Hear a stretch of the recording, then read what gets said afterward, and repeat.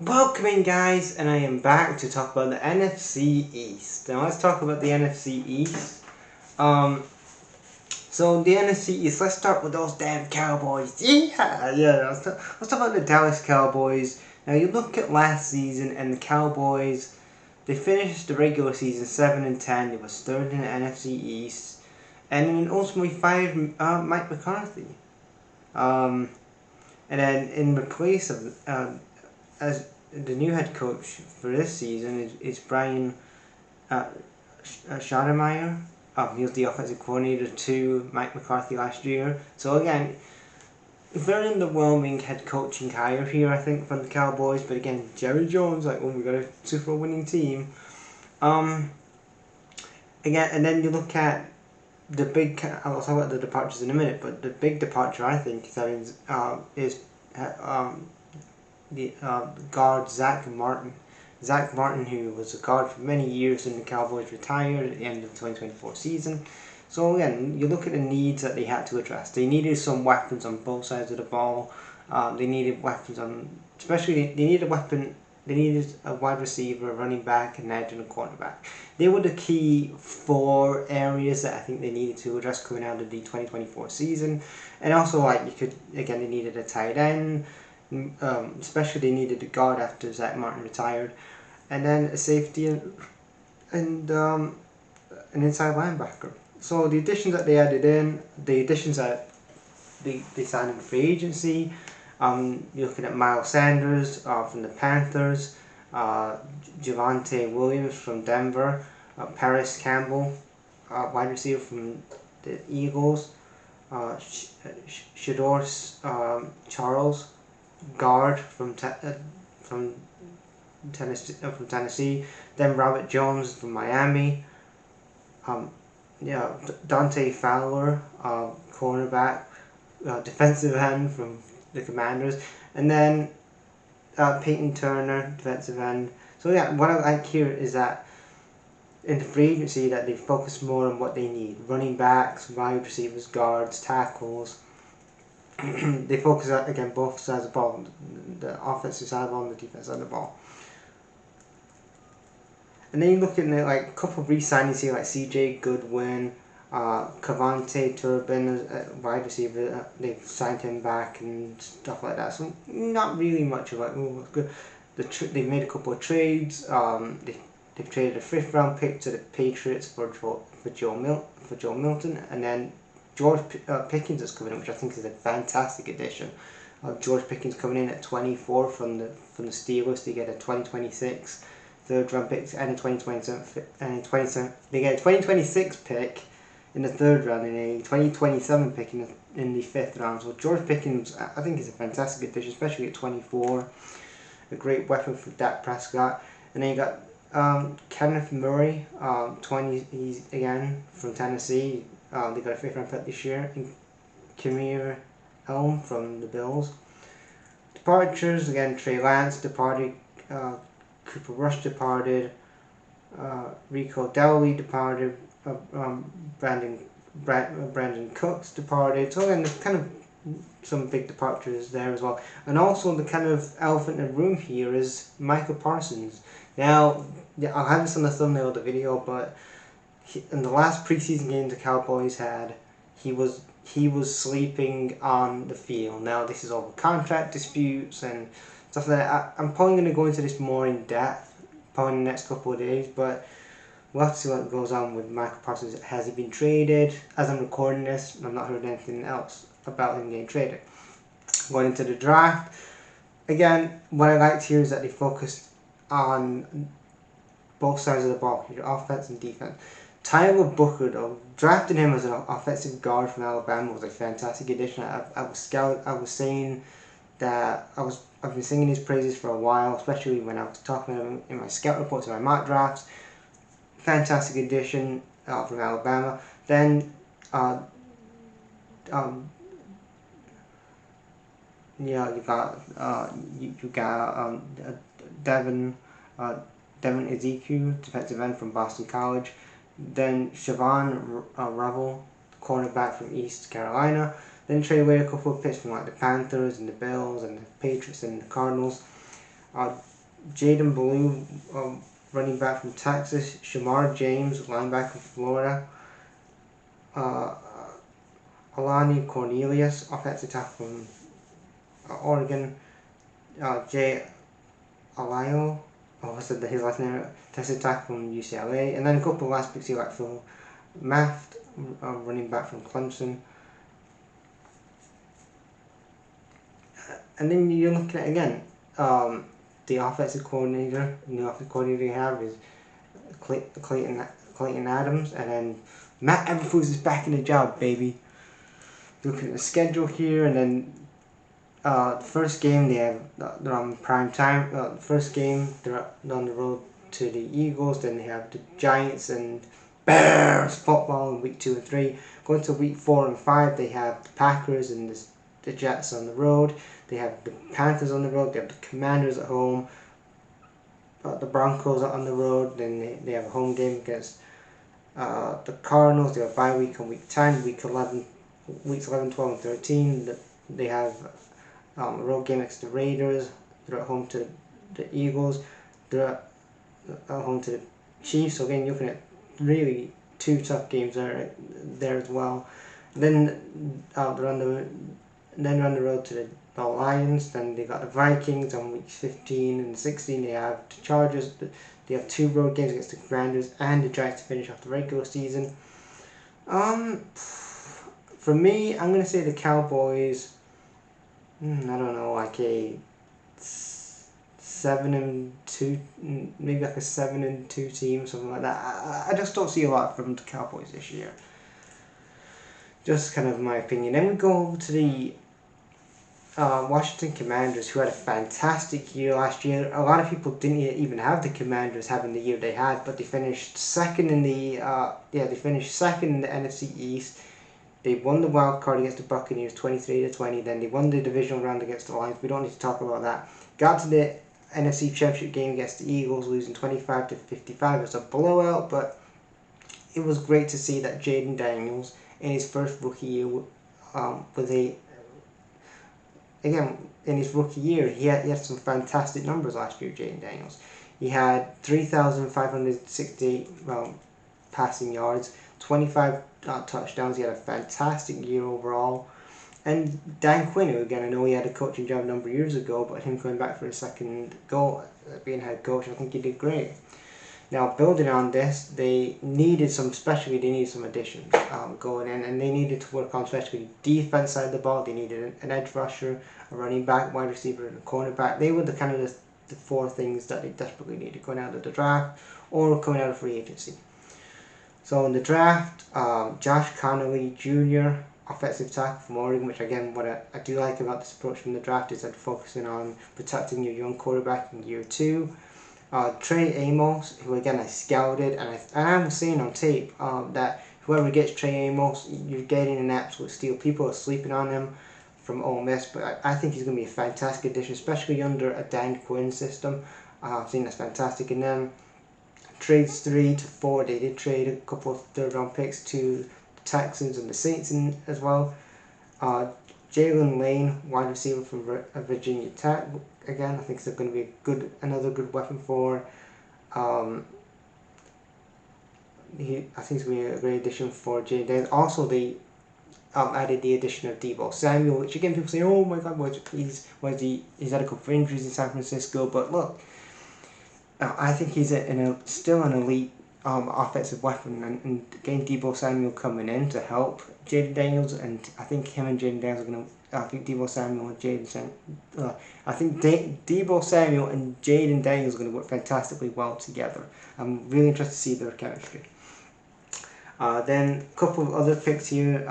Caden Medrano, linebacker from UCLA, and Jacob Crossy Marriott, running back from Arizona. Now you look at the schedule here. First week they have the Giants at home. They have a road game against the Packers.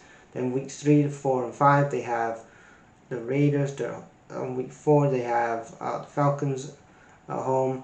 Week 5 they have Week 4 they have the Falcons on the road. They have the Chargers on the road. They have Bears football. Week 6, week 7 they have the Cowboys on the road. So again, week 7 and 8, 2 tough road games against the Cowboys and the Chiefs. The weeks 9 and 10 are at home to Seattle and the Lions. Then they're on the road to Miami on week 11. Week 12 they have a bye week. After the bye week they have week 13, 14 and 15 they have Denver at home. They have the Vikings and the Giants on the road. They have a tough home game against the Eagles. Then they have a tough home game against Dallas, and then another tough road game against the Eagles. And that's kind of really their season, I think. I'm going to say that they finished second again, and I'm going to say they're going to be 12 and I'm going to say a 12 and 3 team this year. I think fantastic stuff. I think predictions for the Commanders. I'm still going to say a divisional game or something like that. But I think it's going to be a fantastic year if you're a Commanders fan. It's going to be an exciting year, in my opinion. And then you're looking at the reigning, defending Super Bowl champions, the Philadelphia Eagles. And you really look at the Eagles the last 10 years or so. Is it like 10 years? Like 10 years. Especially under Howie Roseman, the Eagles GM. He knows how to work that draft. He knows how to play, how to go up in the draft, go down in the draft, get some draft cap. And he knows where to draft, man. And I think a lot of people need to study Howie Roseman and how he just works the draft, man. Because this is what good organizations do when they have somebody at the top and knows what the fuck they're doing. You look at Brad Holmes, what he's been doing with us with the Lions. You look at Howie Roseman, what he's been doing for a number of years with the Eagles, and he's doing it again. They come off winning the Super Bowl 40-22, especially that defense. Just manhandled and destroyed the Chiefs and beat them convincingly 40-22. But again, they lose Keelan Moore to the Saints, and then Brandon Graham retires. So again, you look at the needs. There we go. So the needs they absolutely need to.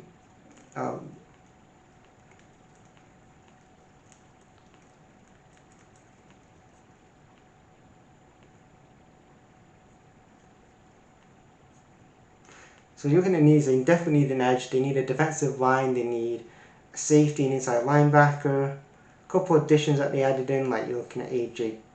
Dillon from the Packers. You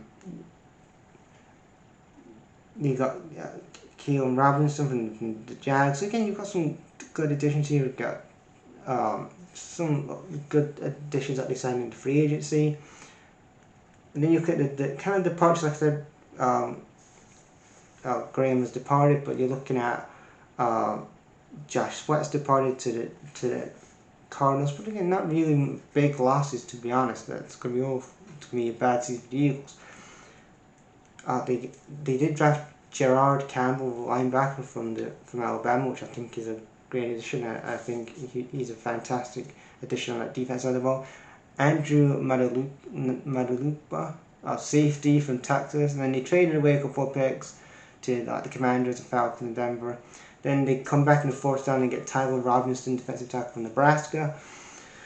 Then Samuel Morder Jr., linebacker. Mac McWilliams, cornerback from UCF. Again, some fantastic additions here. A quarterback, Kyle McCord, which again, he's going to be a good backup for Jalen Hurts as well. But looking at the schedule, looking at the Cowboys on prime time, gotta get them on prime. I don't know why, but get the Cowboys on prime time. I just don't understand. America's team, baby. Then they got the Chiefs again, a rematch from the Super Bowl last year. The Chiefs are on the road. Then they have the Rams on week 3, week 4 they're on the road to the Bucks. Then they have Denver at home on week 5, week 6 and 7 they have the Giants and the Vikings. They have the Giants again in week 8, bye week on week 9, come back on week 10. They have the Packers on week 10 on the road. They have the Lions down the road to the Cowboys. On week 12 they have Bears football. Week 13, week 14 they have Chargers on the road. They have the Raiders week 15 at home. Commanders on the road at week 16 and week 6. So they have three. Like week 16 and 18 have 2 tough road games against the Commanders and the Bills, and then they face the Commanders again on the last game of the season. But you're looking at the Eagles, and I think they're definitely going to be Super Bowl contenders this year and trying to go back to back. That is absolutely going to be their aim this year, to go back to back and get to a Super Bowl this year.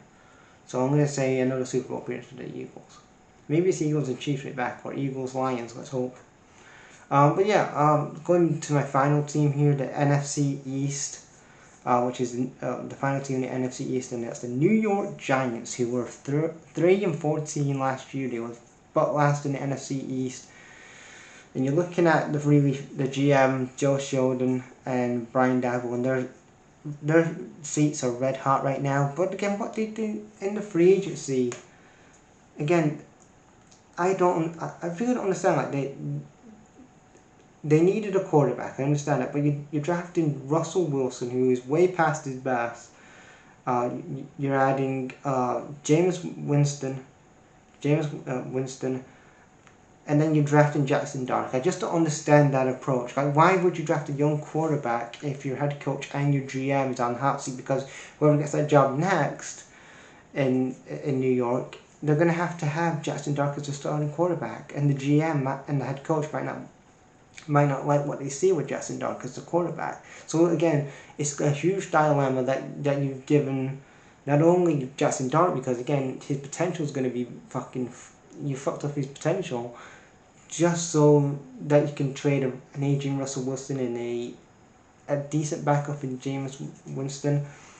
But again, you've got two head coaches on the hot seat, but you drafted a young quarterback under their leadership. It just doesn't make any sense. So let's go into the schedule, what they have.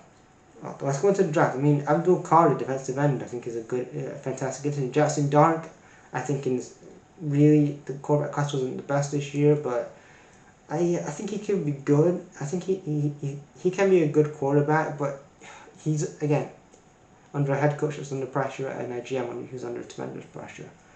Not a good sign, because again, if the next head coach and GM comes in, they're going to change to a new head quarterback. Darius Alexander, defensive tackle from Toledo. This is what I did like though from the Giants. Cam Scatterbone, running back from Arizona State, fantastic addition. I think he's going to be making people turn some heads. I think that's a fantastic steal from the Giants, getting Scatterbone at 4th overall.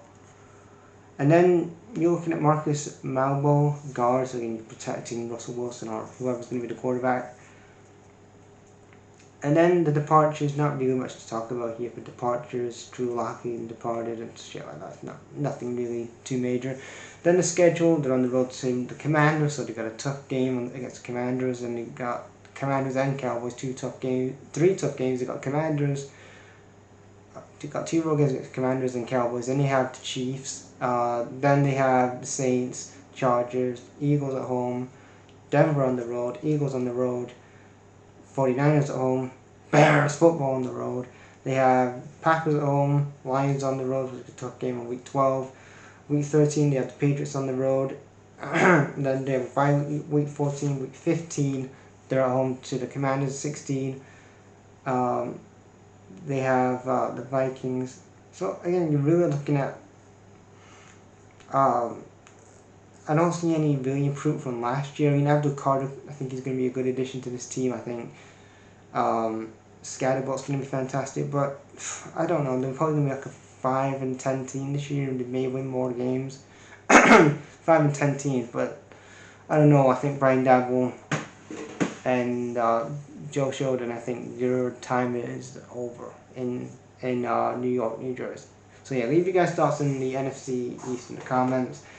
And I'll be back tomorrow. I don't know if I'll be back tomorrow, but I'll be back in a couple of days to talk about the AFC South and the NFC South. And I'll be back for those videos probably over the weekend or shit like that. I don't know, but yeah, thanks for watching, guys.